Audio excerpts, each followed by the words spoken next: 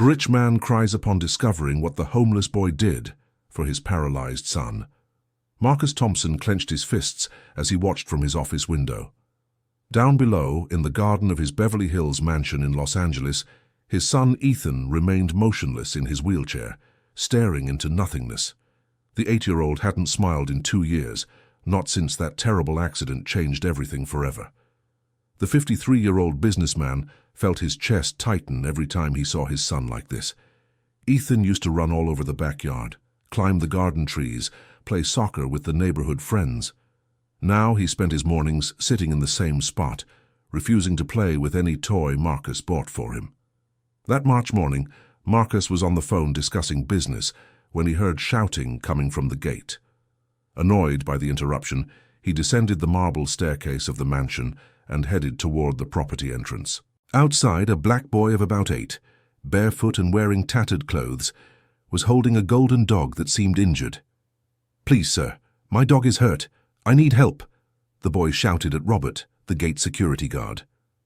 Marcus approached, ready to send the boy away when something unexpected happened. Ethan, who normally paid no attention to anything around him, had approached the gate in his wheelchair. For the first time in months, the boy's eyes shone with interest. "Daddy, the puppy is hurt," said Ethan in a voice Marcus hadn't heard in a long time. The businessman hesitated. His first reaction was to say no, but his son's pleading look made him reconsider. Against all his instincts, Marcus allowed the unknown boy onto his property. "What's your name, boy?" asked Marcus, watching the boy carefully tend to the injured animal. "I'm Tyler, sir, and this is Honey," replied the boy with tears in his eyes. "He got hit by a car yesterday and can't walk right. I don't have money to take him to the vet." Ethan watched everything in silence, fascinated by the dedication Tyler showed toward the animal. It was the first time in 2 years that Marcus saw his son show genuine interest in anything. "Robert, call Dr. Richard," ordered Marcus, referring to the private veterinarian who cared for the property's horses. While they waited for the veterinarian, Tyler sat on the ground beside Ethan's wheelchair. The two boys began talking quietly about the dog, and Marcus was surprised to hear his son laugh for the first time since the accident. Dear listener, if you're enjoying the story, please take a moment to like and especially subscribe to the channel. It really helps us who are just starting out. Now continuing, Dr. Richard arrived an hour later and carefully examined the animal. "He has an injured paw and is dehydrated, but he'll be okay. He needs some care and medication," said the veterinarian. "I'll take care of him," said Ethan for the first time in months with enthusiasm. "Tyler, can you bring Honey here every day so I can help take care of him?" Marcus was shocked. His son was asking to interact with another person, something doctors had said might take years to happen again. Tyler looked at Marcus hopefully. "Sir, I promise I won't be a bother. I just want Honey to be okay." "Where do you know my son from?" asked Marcus, suspicious. "I see him from the street every day," Tyler replied honestly. "He's always alone in the garden. I thought maybe he'd like to have a friend." The boy's sincere answer disarmed Marcus temporarily. He authorized Tyler to return the next day to care for the dog, never imagining how this decision would change their lives forever. That night, for the first time in 2 years, Ethan ate all his food and repeatedly asked whether Tyler would really return the next day. Marcus watched his son with a mixture of joy and concern. He knew nothing about that street kid. The following morning, Tyler appeared promptly at 9 o'clock. He carried in his hands some wildflowers he had picked along the way. "It's for Honey to feel better," he explained to Ethan, who smiled at the new friend's caring gesture. The following days established an unexpected routine. Tyler arrived every morning and spent hours talking with Ethan while they took care of Honey together. The dog was recovering quickly, but the friendship between the boys grew even faster. Marcus watched from afar, torn between the happiness of seeing his son interacting and the concern about Tyler's unknown background. The boy spoke little about his life, only mentioning that he lived not too far from there and had no family. Ethan began to show surprising changes. He started smiling regularly again, began cooperating with physical therapies, and even asked to resume studying with private tutors. Everything seemed to be improving until Jennifer, Marcus's wife, returned from a business trip to Chicago. Jennifer Thompson was a 48-year-old woman with a degree in business administration and known for her rigidity and excessive concern with the family's social image. When she discovered Tyler's daily presence on the property, she was furious. "Marcus, have you lost your mind? A street kid inside our home. What if he brings diseases? What if he's dangerous? What will the neighbors think?" Jennifer shouted in Marcus's office. "He's doing good for Ethan," Marcus tried to argue. "Good? A boy with no education, no family, no known background? That's not good, it's irresponsibility," Jennifer retorted. "I categorically forbid that boy from continuing to come here." The next morning, when Tyler arrived for his daily visit, Jennifer was waiting at the gate with Robert. "You can't come in here anymore. Go away and don't come back," she said coldly. Tyler was confused. "But what about Honey and Ethan? He was getting better." "That's not your concern. Now leave before I call someone to remove you from here." The boy walked away with his head down, carrying a broken heart. Inside the mansion, Ethan had watched the entire scene from the window. When he realized his friend wouldn't return, he had an emotional crisis that alarmed the whole family. The boy stopped eating, withdrew again, and refused to speak with anyone. The progress of the past days completely vanished. Marcus tried to talk to his son, but Ethan just repeated, "Where's Tyler? Where's my friend?" 3 days passed, and Ethan's condition only worsened. Marcus was desperate, seeing his son regress to a state even worse than before meeting Tyler. The arguments with Jennifer became constant. "Do you see what's happening to our son?" Marcus asked during another heated argument. "He'll get over it." "It's just a phase," Jennifer replied. But Marcus could see the worry in her eyes. On the 4th day, Marcus made a decision that would change everything. Against his wife's wishes, he went out in search of Tyler. He started by walking the streets around the mansion, asking street vendors and local residents if they knew a boy matching the description. It was at the neighborhood's open-air market that Marcus finally found a clue. A lady selling vegetables said she knew a boy who fit the description. "That boy is special," she said. "He always shares the food he gets with other younger boys. I've never seen such a kind-hearted child." The woman gave Marcus the address of a boarding house, where Tyler usually spent the nights when he managed to gather some coins. It was a simple place in a lower-middle-class neighborhood, very different from the luxury Marcus was used to. Marcus arrived at the boarding house in the late afternoon and found Tyler sitting on the sidewalk playing with Honey. The boy was thinner than Marcus remembered, and his clothes were even more worn out. "Tyler," called Marcus, making the boy look up in surprise. "Mr. Marcus, how is Ethan? Has he gotten better?" were Tyler's first words, showing his concern was genuine. "He's been very unwell since you stopped coming. He misses you," admitted Marcus. Tyler lowered his head. "Your wife said I couldn't come back. She said I wasn't good for Ethan." Marcus felt his chest tighten. "She was wrong, Tyler. Ethan needs you. Would you like to come back?" The boy's eyes lit up. "Of course, Ethan is my best friend." During the conversation, Marcus learned more about Tyler's life. The boy had lost his parents in a traffic accident 2 years ago, and since then had lived with different relatives who couldn't properly care for him. Currently, he stayed at the boarding house when he earned money from odd jobs and slept in the park when he couldn't. "And school? Don't you study?" asked Marcus. "I don't have my documents in order or money for supplies, but I can read and write. My mother taught me before she passed away," said Tyler sadly. Marcus felt a deep guilt, realizing how he had judged the boy without knowing his story. Tyler wasn't a dangerous or ill-intentioned boy. He was just a child in a difficult situation who had found a true friend in Ethan. "Tyler, I want you to come back to visit Ethan. I'll talk to my wife," said Marcus with determination. "And if she doesn't allow it?" asked Tyler apprehensively. "Then I'll find a way," promised Marcus, not exactly sure how he would keep that promise. Marcus returned home determined to confront Jennifer.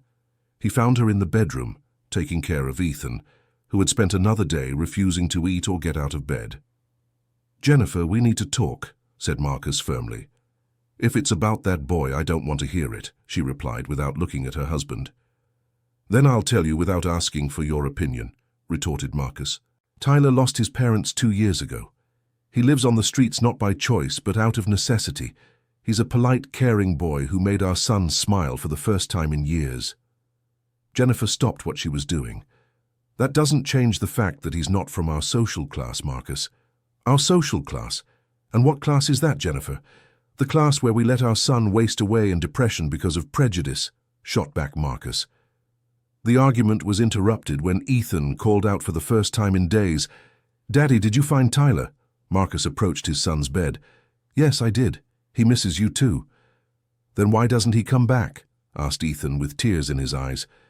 Marcus looked at Jennifer, who was watching the scene in silence. "He will come back, son, I promise." That night, Marcus and Jennifer had the most serious conversation of their 15 years of marriage. Marcus explained everything he had discovered about Tyler and how the friendship was crucial for Ethan's emotional recovery. "You don't understand, Marcus. It's not just a matter of social class. It's a matter of safety, influences, the future," argued Jennifer. "What influences? The influence of someone who teaches our son to be kind, to care about others, to smile again?" questioned Marcus. "And then what? Are we going to support this boy for the rest of his life? Are we going to solve all the country's social problems?" asked Jennifer, exasperated. "I'm not talking about solving the country's problems. I'm talking about solving our son's problem," said Marcus. "And maybe, just maybe, of doing the right thing for a child who needs help." The conversation stretched into the early hours. Jennifer was afraid of what friends and family would say, afraid of how it would affect the family's reputation in the social circles they moved in. Marcus, on the other hand, was more concerned with their son's well-being than with others' opinions. In the end, they reached a temporary agreement. Tyler could come back to visit Ethan, but only for a few hours in the morning, and always supervised by Robert or one of the nannies. Jennifer wanted to make sure she could control the situation. The next morning, Marcus went to pick up Tyler from the boarding house. The boy was waiting anxiously, and Honey seemed to sense the anticipation in the air. The drive back to the mansion was filled with the boy's questions about how Ethan was doing. When they arrived at the property, Ethan was in the garden, sitting in his wheelchair looking at the gate. As soon as he saw Tyler, his face lit up with the most genuine smile Marcus had seen in 2 years. "Tyler, you came back!" shouted Ethan, moving his wheelchair quickly toward his friend. "Of course I came back." "I told you we were friends forever," replied Tyler, hugging Ethan without caring about the wheelchair that separated them. Honey ran in circles around the two boys, barking with joy. The scene was so touching that even Robert, the usually serious security guard, smiled with emotion. Jennifer watched from afar through the living room window. Marcus noticed that she was also moved, despite trying to maintain a cold and controlled expression. The following days were filled with renewed joy in the mansion. Ethan started eating normally again, participating in therapies with enthusiasm, and even asked to resume the math and Portuguese lessons he had abandoned. Tyler, in turn, showed a quiet gratitude that touched all the household staff. Dorothy, the family cook for over 15 years, began preparing extra snacks for Tyler. "The boy is skin and bones," she would say to anyone who would listen. "I've never seen such a polite and grateful child." Robert also grew fond of the boy. Tyler always greeted the security guard with respect and never caused any trouble. Sometimes when he arrived early, he would help Robert water the garden plants while waiting for Ethan to wake up. Dear listener, if you're enjoying the story, please take a moment to like and especially subscribe to the channel. It really helps us who are just starting out, now continuing. But the harmony wouldn't last long. 3 weeks after Tyler's return, Jennifer received a call that would change her perspective on the whole situation. It was Patricia Williams, president of the Homeowners Association and one of Jennifer's closest friends in the social circles they moved in. "Jennifer, darling, I need to tell you something very important," said Patricia with a tone of urgency. "Some neighbors are talking about a street kid who's been coming to your house. They're worried about the security of the community." Jennifer felt the blood rush to her head. "What kind of comments?" "Well, you know how people are. They're saying this could attract other street kids to the area. Some have even mentioned calling the community administration to take action," explained Patricia. "Action? What kind of action?" asked Jennifer, trying to keep her voice calm. "Jennifer, you're an intelligent woman. You know how these things work. If the administration decides this represents a security risk, they could take measures to prevent the boy from entering the community, said Patricia with an apparently concerned tone. When she hung up the phone, Jennifer was furious, not just with the neighbors, but with Marcus for putting the family in this situation. She decided it was time to take definitive action. That afternoon, while Marcus was in a work meeting, Jennifer called Tyler for a private conversation in the living room. The boy came hesitantly, sensing from her expression that something was wrong. "Tyler, sit down," said Jennifer, pointing to a chair. "Did I do something wrong, Mrs. Jennifer?" asked Tyler with concern. "No, you didn't do anything wrong, but we need to talk about something important," began Jennifer. "You like Ethan, don't you?" "A lot.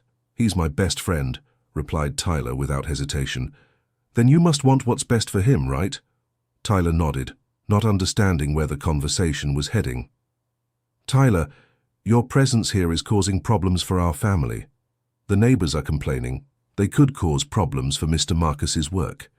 Do you understand what that means?" The boy shook his head, confused. "It means that maybe it's better if you stop coming here, for the good of Ethan and the whole family," said Jennifer, trying to sound kind but firm. Tyler's eyes filled with tears. "But Ethan needs me. He said I'm his best friend. Ethan will be fine.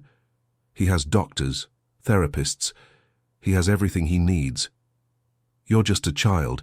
You can't really help," said Jennifer, feeling guilty for her own words. "I do help," exclaimed Tyler. "Ethan smiles when I'm here. He plays with me. He doesn't do that with anyone else." Jennifer sighed. She knew the boy was right, but felt pressured by social circumstances. "Tyler, I'm going to offer you something. If you promise to stop coming here, I'll give you money to stay at the boarding house for a few months.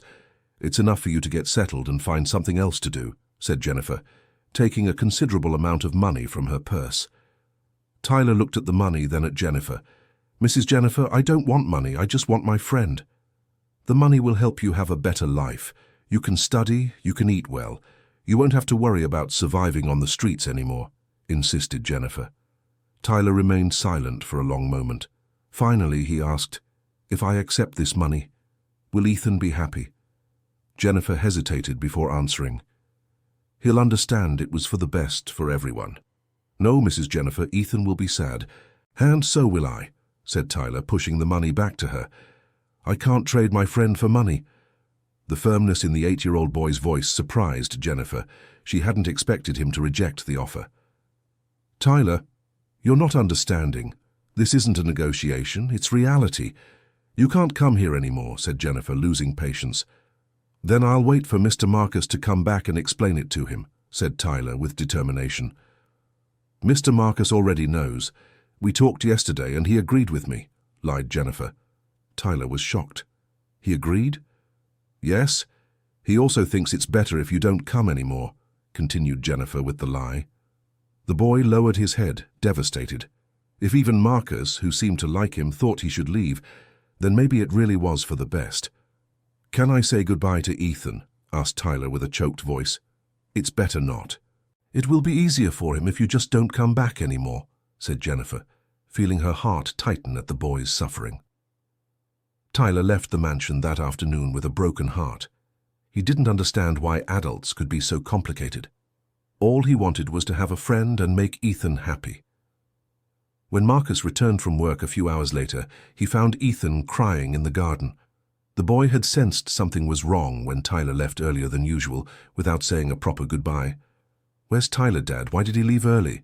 asked Ethan with tears in his eyes. Marcus looked around, searching for Tyler. "He must be around here somewhere. Let's look for him." But Tyler was nowhere to be found. Marcus asked Robert, who said he'd seen the boy leave looking downcast in the middle of the afternoon. Worried, Marcus went to find Jennifer to discover what had happened. He found her in the bedroom, visibly tense. "Jennifer, where is Tyler?" "Ethan said he left early today." Jennifer took a deep breath before answering. "I spoke with him, Marcus. I explained that it was better for him to stop coming here." "You did what?" Marcus exploded. "We had an agreement." "The agreement wasn't working. The neighbors are complaining, Marcus.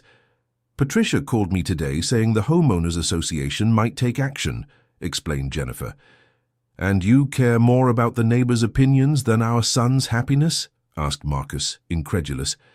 "I care about our family's future, about our reputation, about the long-term consequences," Jennifer retorted.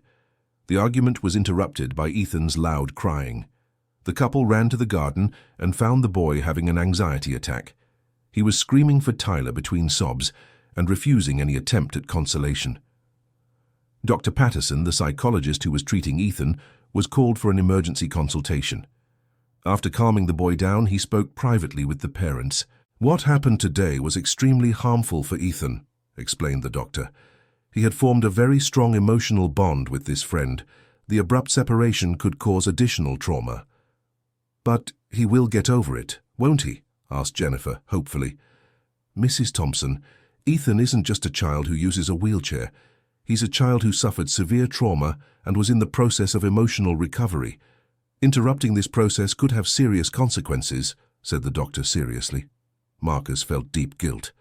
"Doctor, what can we do?" "Ideally, it would be important for Ethan to understand why his friend can no longer come. Children need honest explanations, appropriate for their age. Lies or omissions only increase anxiety," explained Dr. Patterson. That night, Ethan refused to eat dinner, take a bath, or speak with anyone. Marcus spent hours by his son's bedside, trying to comfort him, but the boy just kept repeating, "I want Tyler. Where is my friend?" Jennifer watched from a distance, beginning to question whether she had made the right decision. Seeing her son's suffering was affecting her more than she had expected. The next morning, Ethan didn't want to get out of bed. He refused breakfast and even the presence of Honey, who had been trying to cheer him up. Marcus was desperate. "Jennifer, this can't go on. Our son is suffering," said Marcus. "And you think I don't see that? You think it's easy for me to see Ethan like this?" Jennifer retorted with tears in her eyes. "Then let's go get Tyler and explain that we made a mistake," proposed Marcus. "And the neighbors? And the gossip? What if it really causes problems for your company?" questioned Jennifer. Marcus stopped to reflect. His business consulting firm depended heavily on the image and social connections he had built over the years. Losing important clients because of a situation like this could affect not only his career, but the livelihood of the entire family. "Marcus, I know you think I'm a bad person because of this, but I'm thinking about all of our futures," said Jennifer in a softer voice. "It's not that I dislike Tyler. It's that I'm afraid of the consequences." "What kind of consequences could be worse than watching our son waste away?" asked Marcus. Before Jennifer could answer, Dorothy, the cook, knocked on the bedroom door. "Sorry to bother you, but there's a situation downstairs you need to see," she said with a worried expression. Marcus and Jennifer went down to the living room and found a scene they didn't expect. Ethan had managed to get out of bed by himself and was sitting near the window overlooking the garden, watching the front gate with total attention. "Ethan, son, what are you doing?" asked Marcus. "Waiting for Tyler," replied the boy without taking his eyes off the gate. "He always arrives at 9 o'clock. Today he's late, but he'll come." Marcus and Jennifer exchanged glances. It was almost 10 in the morning. "Ethan, Tyler isn't coming today," said Jennifer gently. "Yes, he is. He promised we were friends forever. Real friends don't abandon each other," said Ethan with a conviction that broke his parents' hearts. Marcus could no longer bear the situation. "Jennifer, I'm going to get Tyler, no matter the consequences." "Marcus, think carefully about what you're doing," pleaded Jennifer. "I've already thought. I've been thinking for 2 days, and the conclusion is that nothing can be more important than our son's happiness," said Marcus with determination. Marcus left the mansion heading for the boarding house, where he had found Tyler last time. On the way, he reflected on how he had gotten into that situation. He who had always prided himself on being a practical and rational man now found himself involved in a situation that challenged all his convictions about social class and relationships. Arriving at the boarding house, Marcus discovered that Tyler was no longer there. The owner explained that the boy had left the previous morning and hadn't returned to sleep. "He left this note for a man in a suit who might come looking for him," said the man, handing a crumpled paper to Marcus. With trembling hands, Marcus opened the paper and read the message written in childish but careful handwriting. "Mr. Marcus, thank you for letting me be friends with Ethan. I will miss him. Take good care of him for me. Tyler." Marcus felt his eyes fill with tears. That 8-year-old boy was showing more maturity and nobility than many adults he knew. "Do you know where he might have gone?" Marcus asked the boarding house owner. "He said something about going to an aunt's house in Compton. Said he didn't want to stay around here anymore," replied the man. Marcus returned home with a heavy heart. How would he explain to Ethan that Tyler had left for good? How would he deal with the guilt of having allowed this to happen? When he got home, he found an even more heartbreaking scene. Ethan was in the same place, still waiting for Tyler. It was already 3 in the afternoon, and the boy hadn't eaten anything all day. "Daddy, did you find Tyler? Is he sick? Is that why he didn't come?" asked Ethan as soon as he saw his father. Marcus knelt beside his son's wheelchair. "Ethan, son, Tyler had to leave." "Leave to where?" asked Ethan, beginning to get alarmed. "To his family's home." "Very far from here," lied Marcus, trying to protect his son from a more painful truth. "But he's coming back, right? He said we were friends forever," insisted Ethan. Marcus didn't know what to say. Jennifer watched the scene from the living room doorway, her heart breaking at the suffering of her son and husband. "Ethan, sometimes people have to leave, even when we don't want them to," said Marcus, trying to find the right words. "No, Tyler wouldn't leave without saying goodbye to me. He wouldn't do that," shouted Ethan, starting to cry. At that moment, Jennifer could no longer remain silent. She approached them and said, "Ethan, it was my fault. I asked Tyler to stop coming here." "Jennifer!" exclaimed Marcus, surprised by his wife's confession. "Why, Mom? Why did you do that?" asked Ethan through tears. Jennifer knelt too, coming down to their level. "Because I was scared, son. Fear of what people would say. Fear that this would bring problems to our family." "But Tyler is my friend. He makes me happy," protested Ethan. "I know, son, and I was very foolish not to realize that sooner," admitted Jennifer, beginning to cry as well.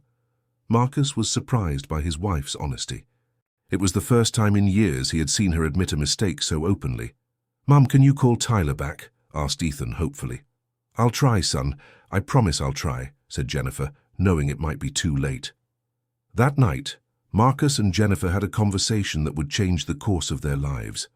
Jennifer admitted she had acted out of prejudice and fear of others' opinions, without truly considering their son's well-being. "Marcus, I've always prided myself on being a polite and civilized person, but I realized I'm no better than the people we criticize for being prejudiced," confessed Jennifer. "What matters is that you recognize that," said Marcus. "Now we need to find a way to fix the damage." "Do you think we can find Tyler?" asked Jennifer. "I don't know, but we'll try everything we can," promised Marcus. The next morning, Marcus began a systematic search for Tyler. He visited the Compton area, asked at schools, health centers, and community centers. He showed a photo he had taken of Tyler with Ethan to anyone who might have information. Meanwhile, Jennifer stayed home caring for Ethan, who had sunk into a state of deep apathy. The boy barely responded when spoken to and refused any activity. Dr. Patterson was called for another consultation. After observing Ethan, he went straight to the point. "You need to understand that Ethan isn't just sad, he's slipping into depression. This could affect not only his emotional state, but also his physical recovery. Doctor, we're doing everything we can to find his friend," explained Jennifer. "I hope you find him, but you also need to be prepared for the possibility that you won't. In that case, Ethan will need a lot of support to overcome this additional loss," said the doctor. Jennifer felt more guilty than ever before in her life. Her decisions had led her son to a situation worse than he was in before meeting Tyler. Marcus spent 3 days searching Compton and nearby areas without success. No one knew a boy matching Tyler's description. He began to suspect the information about the aunt in Compton might have been false. On the 4th day of searching, Marcus decided to return to the boarding house where he had first found Tyler. Perhaps someone there knew more details about the boy's life. That's when he had a revealing conversation with Mrs. Dorothy, a 70-year-old woman who lived next door to the boarding house and knew well the situation of the boys who frequented the place. "That boy doesn't have any aunt in Compton," she stated categorically. "I've known his story since he showed up in this neighborhood." "Do you know where he might be?" asked Marcus with renewed hope. "Yes, I do. He's in a shelter right here in the area, a place somewhat forgotten by the authorities, but the nuns who run it are good people," explained Mrs. Dorothy. The woman gave Marcus directions, and he immediately went to the indicated address. The shelter was in a more remote area from the center, in an old but well-maintained building. Marcus was greeted by Sister Teresa, a middle-aged nun who managed the place. She confirmed that Tyler was there, but seemed reluctant to let Marcus see him. "Sir, the boy arrived here very upset. He said he didn't want to trust wealthy adults anymore because they promise one thing and do another," explained the sister. Marcus felt a stab in his chest upon hearing that. "Sister, I know we made a serious mistake, but my son is suffering greatly without his friend. They have a very strong bond." "Tyler is also suffering, sir. He became very attached to this friend, and it was very painful to have to separate like that," said Sister Teresa. "Please let me talk to him. I promise this time will be different," begged Marcus. After some hesitation, the sister agreed. She took Marcus to an inner courtyard, where Tyler was sitting alone on a bench, absent-mindedly playing with honey. When he saw Marcus, Tyler quickly stood up, with a defensive expression. "Mr. Thompson, why did you come here?" asked Tyler, trying to keep his distance. "I came to get you, Tyler. Ethan is very sick without you," said Marcus honestly. "But your wife said you didn't want me there anymore," replied Tyler, still suspicious. "My wife was wrong, and I was wrong too for letting it happen," admitted Marcus.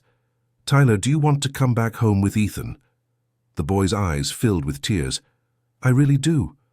But what if you change your minds again?" Marcus knelt in front of Tyler, coming down to the boy's level. "Tyler, I promise you that won't happen anymore. This time will be different." "How can I be sure?" asked Tyler. Marcus thought for a moment before answering. "Because this time it's not just me calling you back. It's Ethan too, and my wife." She recognized she was wrong. Tyler fell silent, processing the information. "Mrs. Jennifer really wants me back." "She does. In fact, she's feeling very guilty about what she did," explained Marcus. After a few minutes of reflection, Tyler agreed to return. Marcus felt immense relief and promised Sister Teresa that he would keep in touch so she could follow the boy's well-being. The drive back to the mansion was full of anticipation. Tyler kept asking about Ethan, wanting to know if his friend was really sick or just sad. "He's very sad, Tyler. He doesn't want to eat, doesn't want to play, just keeps looking out the window waiting for you to arrive," explained Marcus. "I was very sad too," confessed Tyler. "I thought he didn't like me anymore." "Ethan likes you very much, Tyler. We all do. It was just a misunderstanding that won't happen again," assured Marcus. When they arrived at the mansion, Jennifer was waiting at the gate with an anxious expression. Seeing Tyler getting out of the car, she approached hesitantly. "Tyler, I want to apologize for what I did," said Jennifer, surprising everyone with her humility. "I was wrong and caused suffering for you and for Ethan." Tyler looked at her with his big childlike eyes. "Mrs. Jennifer, it's okay. I understand that adults sometimes get confused." The simplicity and generosity of Tyler's forgiveness deeply touched Jennifer. She realized in that moment how she had misjudged this special child. "Where's Ethan?" asked Tyler, eager to see his friend. "He's in the garden, in the same place where you always played," replied Jennifer. Tyler ran toward the garden, followed by Honey, who was barking joyfully. Marcus and Jennifer walked more slowly, wanting to witness the reunion of the two friends. Ethan was sitting in his wheelchair, staring into space, when he heard the familiar voice calling his name. He raised his head and saw Tyler running toward him. "Tyler, you're back." "You really came back," shouted Ethan, moving his wheelchair quickly to meet his friend halfway. The two boys hugged with an emotional intensity that made Marcus and Jennifer cry. It was as if a missing part of both of them had been restored. "I thought you had abandoned me," said Ethan through tears of joy. "Never. I told you we were friends forever, remember?" replied Tyler. "It was just a misunderstanding among the adults." Dear listener, if you're enjoying the story, please take a moment to like and especially subscribe to the channel. It really helps us who are just starting out. Now, continuing. In the following weeks, life at the Thompson mansion changed completely. Tyler not only resumed visiting daily, but Jennifer suggested he move in permanently. "Marcus, that boy has no family, no stable home. We have plenty of space here, and he clearly has a positive effect on Ethan," Jennifer said one afternoon, surprising her husband with the proposal. "Are you sure?" "This is a very big decision," questioned Marcus. "I'm sure, in fact, I think we should have considered this from the start," admitted Jennifer. When the proposal was presented to Tyler, the boy was stunned. "Live here? Forever?" "If you want to," said Marcus. "You'd be like a brother to Ethan." Tyler looked at Ethan, who was beaming at the possibility. "Is that what you want, Ethan?" "It's what I want most in the whole world," exclaimed Ethan. Tyler's adaptation to life in the mansion was surprisingly smooth. The boy showed a natural politeness that impressed all the staff. He always asked if he could help with anything, kept his few belongings organized, and treated everyone with respect and affection. Dorothy, the cook, became particularly fond of Tyler. "That boy has a heart of gold," she often said. "I've never seen a more polite and grateful child." Robert also developed a special fondness for Tyler. The boy always greeted him in the morning and sometimes helped with small tasks in the garden, always asking if he was doing everything correctly. Ethan, in turn, showed a remarkable improvement. He resumed actively participating in physical therapy, returned to his studies with enthusiasm, and most importantly, regained his joy for living. The doctors were impressed by the speed of his emotional recovery. "I've never seen a case of such significant recovery driven purely by emotional factors," commented Dr. Patterson during a routine checkup. But not everything would be easy. A few weeks after Tyler moved into the mansion, Marcus began to notice subtle changes in his work environment. Some clients seemed more distant. Some important social gatherings stopped, including the Thompson family.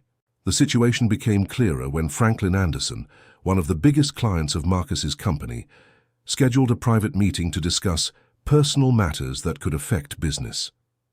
"Marcus, you're an old friend, so I'll be direct," Franklin said in his office. "Some of our partners are commenting on the situation at your home. They say you've adopted a street kid." "And what's the problem with that?" asked Marcus, trying to stay calm. "Look, personally, I have nothing against it. But you know how the business world is. Image is everything. Some think this might send the wrong message about your values, your family stability," Franklin explained uncomfortably. Marcus felt anger growing inside him. "Franklin, are you telling me I could lose clients because I gave a home to an orphaned child?" "I'm not saying anything. I'm just alerting you to the conversations that are going around. It's up to you to decide what to do with this information," said Franklin. The conversation shook Marcus deeply. He had built his company over 15 years of hard work, and now he was seeing his professional reputation questioned for an action he considered right and humane. When he arrived home that night, he found Tyler and Ethan playing in the garden with Honey. The two were laughing loudly as they tried to teach tricks to the dog. The scene of pure childhood happiness contrasted painfully with the professional worries Marcus carried. Jennifer noticed her husband was troubled. Did something happen at work? Marcus shared about the conversation with Franklin and the potential consequences for their business. Jennifer remained silent for a long moment before responding. "Marcus, do you remember why we started our company?" she asked. "To have financial independence and build a future for our family," replied Marcus. "Exactly, for our family. And now Tyler is part of our family," Jennifer said firmly. "If some clients can't understand that, perhaps they aren't the right clients for us." Marcus was surprised by his wife's response. "Jennifer, we're talking about losing a significant portion of our income. We're talking about maintaining our integrity as human beings," Jennifer retorted. "Marcus, a few weeks ago I almost lost my soul trying to keep up appearances. I won't let that happen to you too." The conversation was interrupted when Tyler appeared at the living room door. "Sorry to bother you, but Ethan wants to know if you'll have dinner with us tonight or if there's some problem." Marcus looked at the boy and realized Tyler had sensed the tension in the air, even while trying to hide it. "Of course we'll have dinner together, Tyler. That's what families do." During dinner, Ethan excitedly shared about the progress he was making in physical therapy. "Doctor, Sanders said in a few months I might be able to walk with crutches for short periods." Tyler celebrated the news as if it were his own victory. "That's amazing, Ethan. It'll be so cool when you can walk again." Marcus watched the genuine interaction between the two boys and realized any professional sacrifice was worth preserving that happiness. In the following days, Marcus made a decision that would change his perspective on success and priorities. Instead of trying to appease prejudiced clients, he decided to be proactive about the situation. Marcus scheduled a meeting with his work team and explained the family situation. "I want everyone to know that my family has expanded. We have a new member, Tyler, who joined us under special circumstances. If this causes discomfort for any client, I'm prepared to deal with the consequences." The team's reaction was mostly positive. Many employees admired Marcus's transparency and courage in publicly standing by his decision. Some even shared their own experiences with adoption and non-traditional families. But the consequences in the business world soon appeared. 2 important clients cancelled contracts, citing value incompatibility. Marcus felt the financial impact, but discovered his decision also had unexpected positive effects. A social responsibility company approached Marcus specifically because of his story with Tyler. "We're looking for partners who don't just talk about human values, but actually live them in practice," explained the company's marketing director. The contract with the new company partially compensated for the financial losses, but more important than that was the feeling of alignment between personal and professional values that Marcus began to experience. At home, life continued with a harmony the Thompson family had never experienced before. Tyler adapted increasingly well to the family routine, and Ethan showed constant progress both emotionally and physically. Dr. Patterson was so impressed with Ethan's recovery that he requested permission to document the case. "It's a remarkable example of how emotional factors can positively impact physical rehabilitation," he explained. Tyler had also started studying with the same private teachers as Ethan. It was discovered that the boy had an impressive natural intelligence and quickly caught up on the educational delay caused by years of instability. "Tyler has an exceptional learning ability," commented the math teacher. "He absorbs concepts with an ease that is rare for his age." Jennifer, in turn, went through a profound personal transformation. She began volunteering with children in socially vulnerable situations, discovering a passion she never knew she had. "Marcus, I wasted so many years worrying about superficial things," she said one evening. "Tyler has taught me more about true values in a few weeks than I learned in decades of social life." Jennifer's transformation also caused changes in her social circle. Some friends distanced themselves, uncomfortable with her new social engagement, but others were inspired and began getting involved in similar causes. Patricia, the neighbor who had called to complain about Tyler, surprisingly became one of the family's most ardent supporters. "Jennifer, I apologize for what I said before. Seeing you now, I realize how prejudiced I was being." Patricia's change in attitude created a domino effect in the building. Other neighbors who had criticized Tyler's presence began getting to know him better and discovered their concerns were unfounded. Tyler won hearts throughout the building with his politeness and kindness. Mrs. Margaret, an 80-year-old woman who lived alone, became particularly attached to the boy after he offered to help her with her shopping. "That boy is an angel," Mrs. Margaret would tell anyone who would listen. "More polite than many children raised with silver spoons." But not all changes were easy. Tyler occasionally had nightmares related to the period when he lived on the streets. One night, Marcus found him crying in the room he now shared with Ethan. "Tyler, what happened?" asked Marcus, sitting on the boy's bed. "I dreamed that you changed your minds again and sent me away," confessed Tyler between sobs. Marcus felt his heart tighten. "Tyler, that will never happen. You're part of our family now." "But what if I do something wrong? What if I disappoint you?" asked Tyler with the insecurity typical of someone who has suffered abandonment. "Tyler, look at me," said Marcus, taking the boy's face in his hands. "You're not a guest here. You're our son, and parents don't abandon children even when they make mistakes."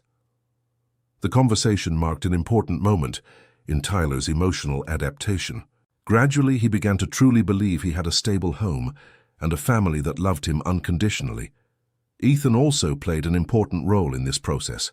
One evening, he told Tyler, "You know, before you came, I thought I'd never have a brother again. Now I have the best brother in the world." Ethan's declaration deeply moved Tyler, who finally began to see himself not as a street child taken in out of charity, but as a legitimate and loved member of a family. The following months brought challenges and joys in equal measure. Ethan managed to take his first steps with crutches, a moment celebrated by the entire family as a monumental victory. "I did it, Tyler! I can walk!" shouted Ethan as he took a few unsteady steps in the garden. Tyler celebrated as if the success were his own. "I always knew you could do it. You're the strongest person I know." The celebration was interrupted by an unexpected call. It was Sister Teresa, from the shelter where Tyler had stayed before coming to the Thompson family. "Mr. Marcus, I need to speak with you about a situation that has come up regarding Tyler," she said with a worried voice. "What kind of situation?" asked Marcus, feeling immediate apprehension. "Some distant relatives of Tyler have appeared. They say they want to take custody of him," explained Sister Teresa. Marcus felt the world spin. "Relatives? What relatives? Tyler always said he had no family." "They're second cousins of his parents. They said they didn't know about the boy's situation until now," said the sister. "They're questioning the legality of the current situation and talking about taking legal action." The news hit the Thompson family like a bomb. They had assumed Tyler was an orphan with no family, and now they discovered there were people claiming kinship. "Marcus, what does this mean?" asked Jennifer, pale with worry. "It means we might have to fight for Tyler's legal custody," replied Marcus, already envisioning the legal challenges they could face. The situation became complicated when the supposed relatives, led by a man named Vernon Carter, appeared at the Thompson mansion demanding to see Tyler. "You have no legal right over this boy," declared Vernon, a suspicious-looking man who was clearly interested in the Thompsons' prosperous financial situation. "And you do?" retorted Marcus. "Where were you when Tyler was on the streets going hungry and sleeping outdoors?" "We didn't know about the situation. If we had known, we would have helped," Vernon lied shamelessly. Tyler, who had witnessed part of the argument, hid behind Ethan, clearly frightened by the situation. It was evident that he didn't recognize or trust those supposed relatives.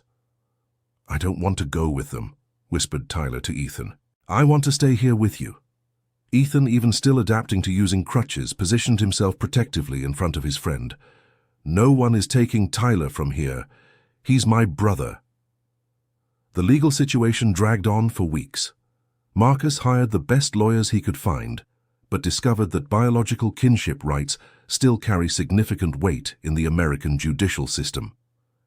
During this period of uncertainty, the entire Thompson family came together in a way that had never happened before. Jennifer became a fierce advocate for Tyler, using all her social connections to build a solid case about the child's well-being.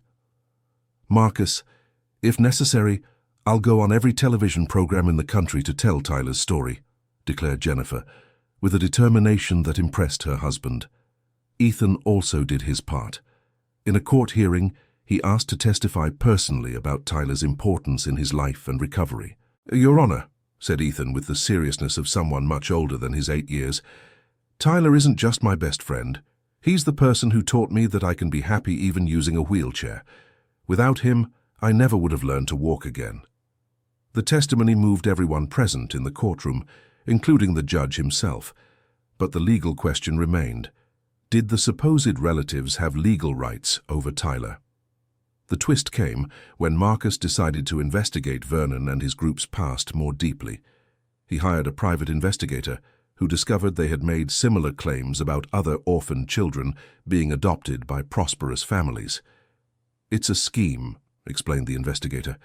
"They appear claiming kinship when they discover a child has been adopted by a wealthy family. The goal is to get some kind of financial compensation." With this evidence, Marcus managed to expose the fraudulent scheme in court.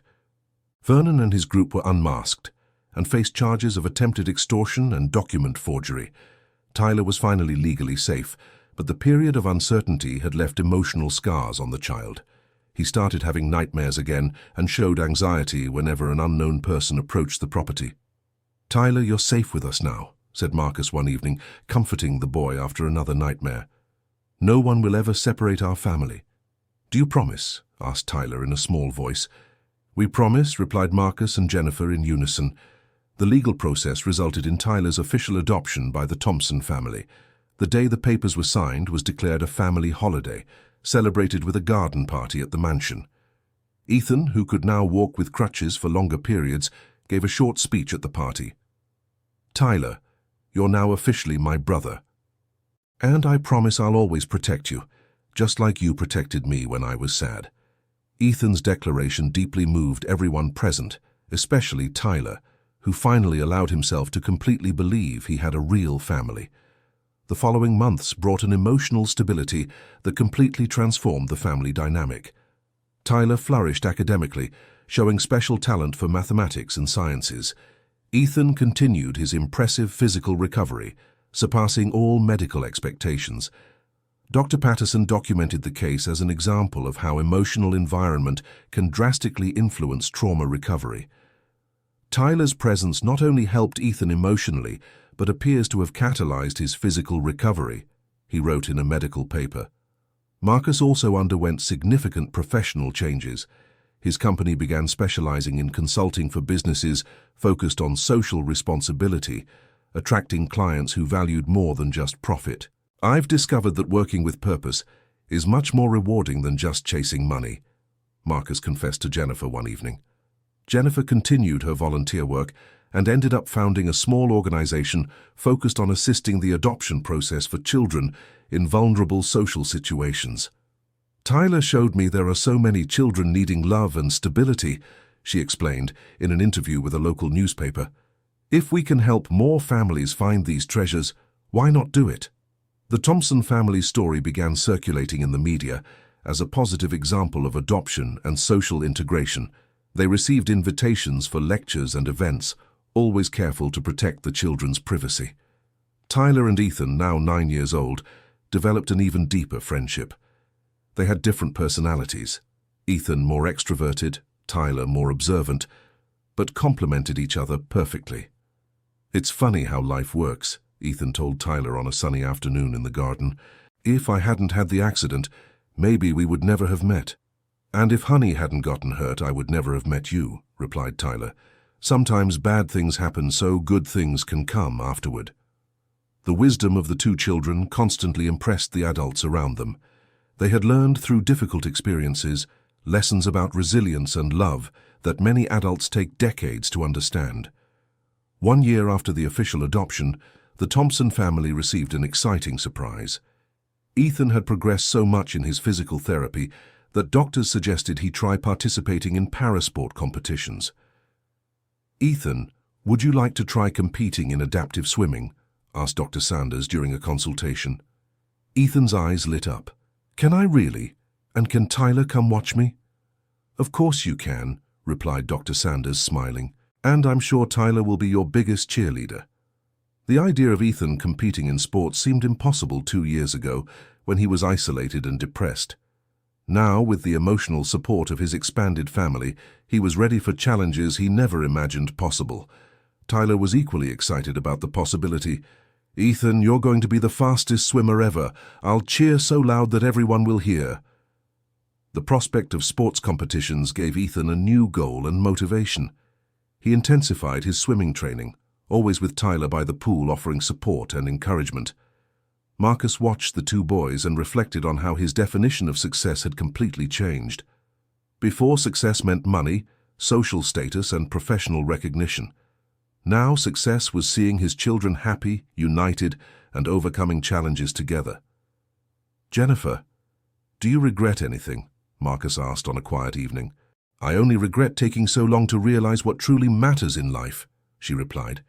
"Tyler taught us more about family values than any book or course ever could." The story of the friendship between Ethan and Tyler continued to touch people who knew it. House staff, neighbors, teachers, doctors, all commented on how special it was to witness the bond between the two boys. Dorothy, the cook, summed up the general feeling. "These boys prove that real love has no color, No social class. None of that nonsense adults make up. It's just pure and simple love. Robert, the security guard, had also become a strong supporter of the expanded family. When I see these two together, I remember that we can learn a lot from kids about how they treat each other. The transformation of the Thompson family became known in the community as an example of how prejudices can be overcome when we open our hearts to genuine love. They began receiving visits from other families interested in adoption, seeking guidance and support. The hardest part, Marcus explained to these families, isn't the legal or practical aspects. It's letting go of the prejudices and fears that society puts in our heads, Jennifer added, and realizing that when you open your home to a child in need, you're the one who gains the most. Tyler gave us far more than we ever gave him. 3 years after that first meeting at the mansion's gate, the Thompson family was unrecognizable. Ethan had become a talented, competitive swimmer, participating in regional championships and serving as an inspiration for other children with disabilities. Tyler, besides excelling academically, developed a natural talent for music. Marcus and Jennifer discovered this when they found him playing the piano alone in the music room, reproducing melodies he had heard only once. "Tyler, where did you learn to play like that?" Jennifer asked, impressed. "I didn't learn. I just listened and tried to do the same," Tyler replied simply. They immediately arranged music lessons for Tyler, who absorbed the teachings with the same natural ease he demonstrated in other areas. Ethan was proud of his brother's talent. "Tyler, can you play at my swimming competitions? That would be amazing." The idea of Tyler playing piano during Ethan's competitions became reality a few months later. The moment when Tyler played a song especially composed for his brother while Ethan competed in the pool was one of the most emotional in the entire family's life. Marcus, watching his two sons, one swimming with determination in the pool, the other playing piano with passion in the stands, felt overwhelming emotion. Tears streamed down his face as he realized how much he had been transformed by that journey. "Jennifer, do you see this?" he whispered to his wife, who was also moved. "I do," she replied. "I see two extraordinary boys who taught us that family isn't about blood or money. It's about love, support, and being there during important moments." The competition ended with Ethan winning a bronze medal, but the real victory was seeing how the two brothers supported each other in their individual dreams. After the competition, when the family was heading home, Tyler asked a question that surprised everyone. "Dad, Marcus, do you think there are other boys like me out there, boys who need a family?" Marcus and Jennifer exchanged glances, realizing that Tyler was showing the same compassion that had transformed their own lives. "There certainly are, Tyler. Why do you ask?" replied Marcus. "Because I remember how hard it was not to have a family, and I think maybe we could help someone like you helped me," said Tyler, with the impressive emotional maturity he had developed. Tyler's suggestion planted a seed in Marcus and Jennifer's minds. They began considering the possibility of becoming a family that regularly offered temporary support for children in difficult situations. "Not necessarily adoption," explained Jennifer to Marcus in a later conversation, "but perhaps temporary fostering, giving children a stable place while permanent situations are arranged." The idea gradually evolved. The Thompson family converted part of their property into a space dedicated to temporarily hosting children, always with the support of social workers and specialized psychologists. Ethan and Tyler became enthusiastic ambassadors of this initiative. They knew better than anyone how a welcoming family could transform a child's life. "We can show them that there are still cool adults in the world," said Ethan to Tyler. "And that no matter where you come from, you can have a family that loves you," added Tyler. The family initiative expanded to become a formal organization focused on temporary fostering and adoption support. Marcus used his business skills to structure the organization, while Jennifer applied her management experience to coordinate the practical aspects. In the following 5 years, the Thompson family temporarily hosted dozens of children. Some stayed just a few weeks before being reunited with families or finding permanent homes. Others remained for months, building deep bonds that lasted even after their departures. Ethan and Tyler, now teenagers, became inspiring role models for the arriving children. They demonstrated that trauma and difficulties could be overcome with love, support, and determination. "You see," said Tyler to a group of newly arrived children, "I came here with nothing and very scared. Now I have a family that loves me, I'm studying music in college, and I help other kids like you."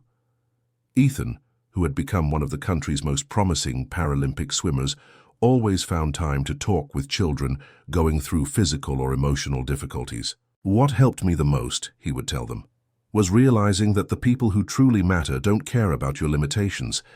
They see who you really are inside." Marcus often watched his children interacting with the fostered children and felt deep gratitude for the entire journey they had undertaken. The man who once worried mainly about profits and social status now found his greatest purpose in helping vulnerable children. "Jennifer," he said one evening after a meeting about the organization, "do you realize that Tyler completely changed the course of our lives?" "Not just changed," replied Jennifer, "but immensely improved. We are better people, we have a greater purpose, and we experience a kind of happiness we never knew existed." The organization founded by the Thompson family began receiving national recognition. They were invited to speak at conferences about children's rights and adoption, always sharing their story as an example of family transformation. During one such conference, Marcus had the opportunity to tell the full story of how Tyler had changed their lives. "It started with a barefoot child asking for help for an injured dog," he told the audience. "It ended with a transformed family and dozens of other children finding hope." Tyler, now 16 years old, played piano during the presentation, performing an original composition dedicated to all the children who had been through the organization. The music was simultaneously melancholic and hopeful, perfectly capturing the journey from pain to healing. Ethan, also present at the conference, spoke about how his physical recovery had been boosted by the emotional support of his adoptive brother. "Tyler taught me that strength doesn't just come from muscles or determination," he said. "It comes from the love and support we receive from people who care about us." The Thompson family's presentation at the conference led to a national documentary about their story. The film, titled "The Family That Love Built," followed the journey from the first meeting between Tyler and Ethan to the creation of the foster care organization. During the documentary filming, each family member had the opportunity to reflect on how their lives had been transformed. "I was a businessman obsessed with material success," Marcus told the cameras. "Tyler taught me that true success is measured by the ability to make a positive difference in other people's lives." Jennifer shared her own transformation. "I used to worry constantly about others' opinions and social status. I discovered that the only opinion that truly matters is that of my own conscience, and the only status worth having is being a kind person." Ethan spoke about how Tyler had helped him overcome not just physical limitations, but emotional ones as well. "Before Tyler, I was stuck in sadness and what I couldn't do. He showed me all the amazing things I still could do." Tyler, always more reserved but deeply thoughtful, spoke about how finding a family had taught him the true meaning of home. "Home isn't a place where you're born. It's where people love you for who you are and support you in becoming the best version of yourself." The documentary was well received and inspired several other families to consider adoption and fostering. But more important to the Thompson family was the opportunity to document their journey and potentially inspire positive changes in other lives. 10 years after the first meeting at the mansion gate, the Thompson family organized a special party to celebrate a decade of life together. They invited all the children they had fostered, the professionals who had supported them, and community members who had become part of their extended family. Tyler, now an 18-year-old college music student, composed a special symphony for the occasion. Ethan, an established Paralympic athlete, had organized a special aquatic performance in the property's pool. During the party, Marcus gave an emotional speech. 10 years ago, a barefoot boy appeared at our gate asking for help for an injured dog. That moment changed everything for our family. Today we celebrate not just Tyler's arrival in our lives, but the discovery that true love knows no barriers." Jennifer added, "Tyler taught us that family is built through daily choices of love and support, not just through blood ties. He transformed our house into a true home." The children, who had been fostered by the family over the years, shared their own stories of transformation.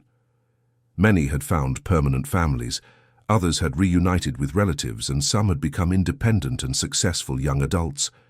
"You showed me I was worth loving," said a 15-year-old girl who had come to the Thompsons at 10 years old in a state of extreme emotional vulnerability. "That changed how I see myself and how I relate to the world." A 12-year-old boy who had arrived after being separated from his parents due to complex family circumstances said, "Ethan and Tyler taught me that having problems doesn't mean you're broken. It means you're human and can grow stronger." The stories shared during the party reaffirmed for the Thompson family that their decision to open their lives and home had created positive ripples extending far beyond what they could have imagined.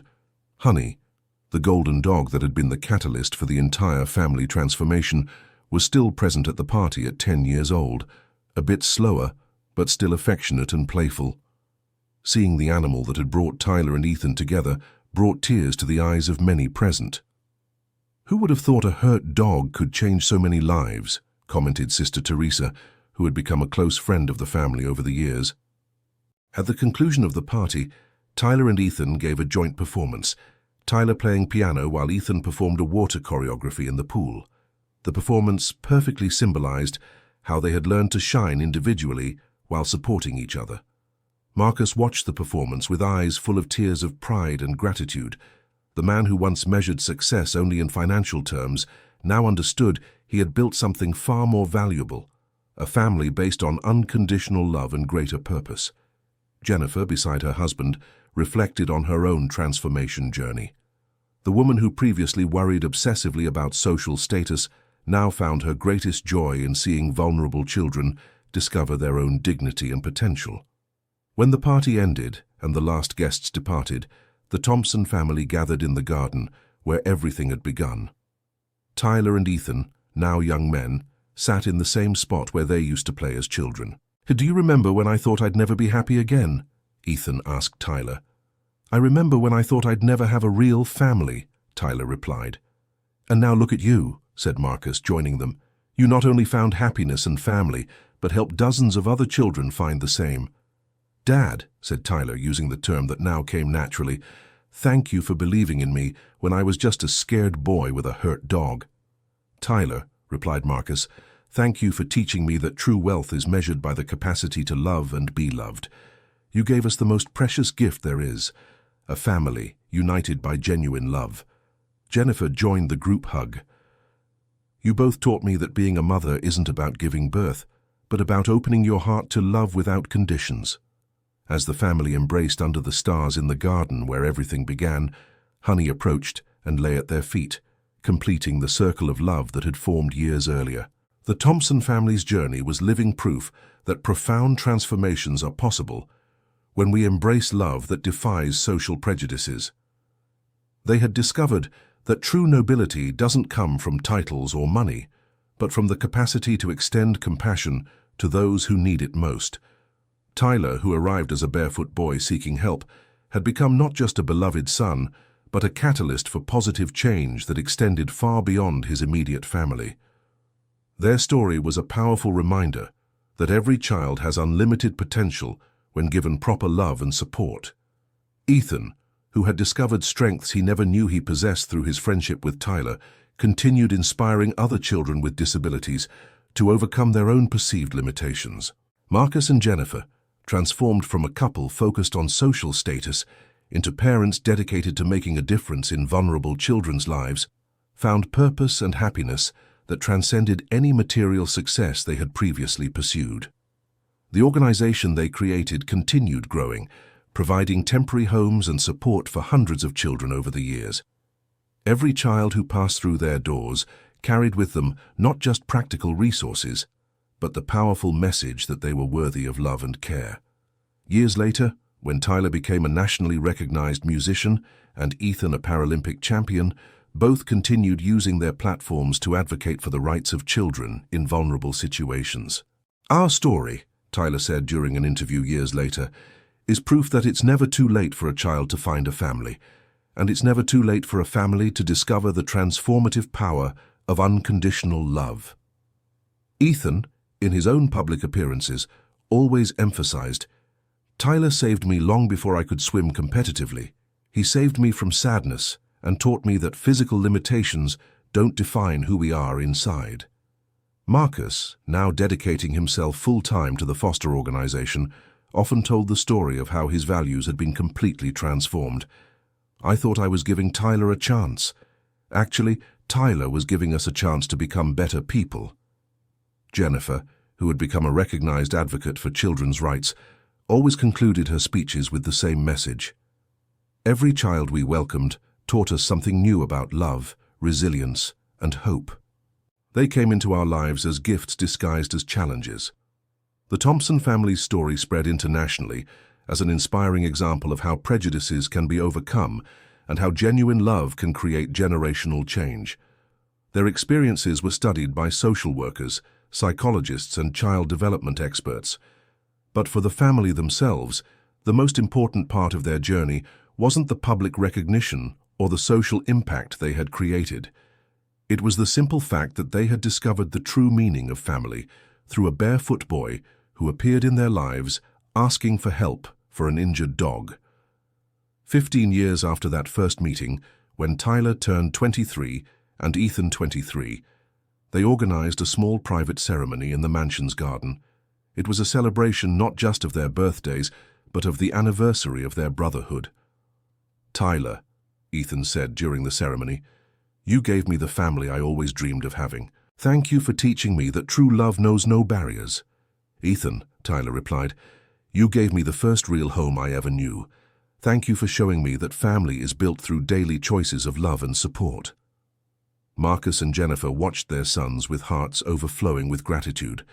They had learned that some of life's greatest blessings arrive disguised as unexpected interruptions to our carefully laid plans. The mansion that had once been a symbol of social status had become a true home, filled with children's laughter, piano music, swimming medals, and most importantly, a family united by the transformative power of unconditional love. Honey, now an elderly dog but still affectionate, remained a living reminder of how small acts of compassion can trigger extraordinary transformations.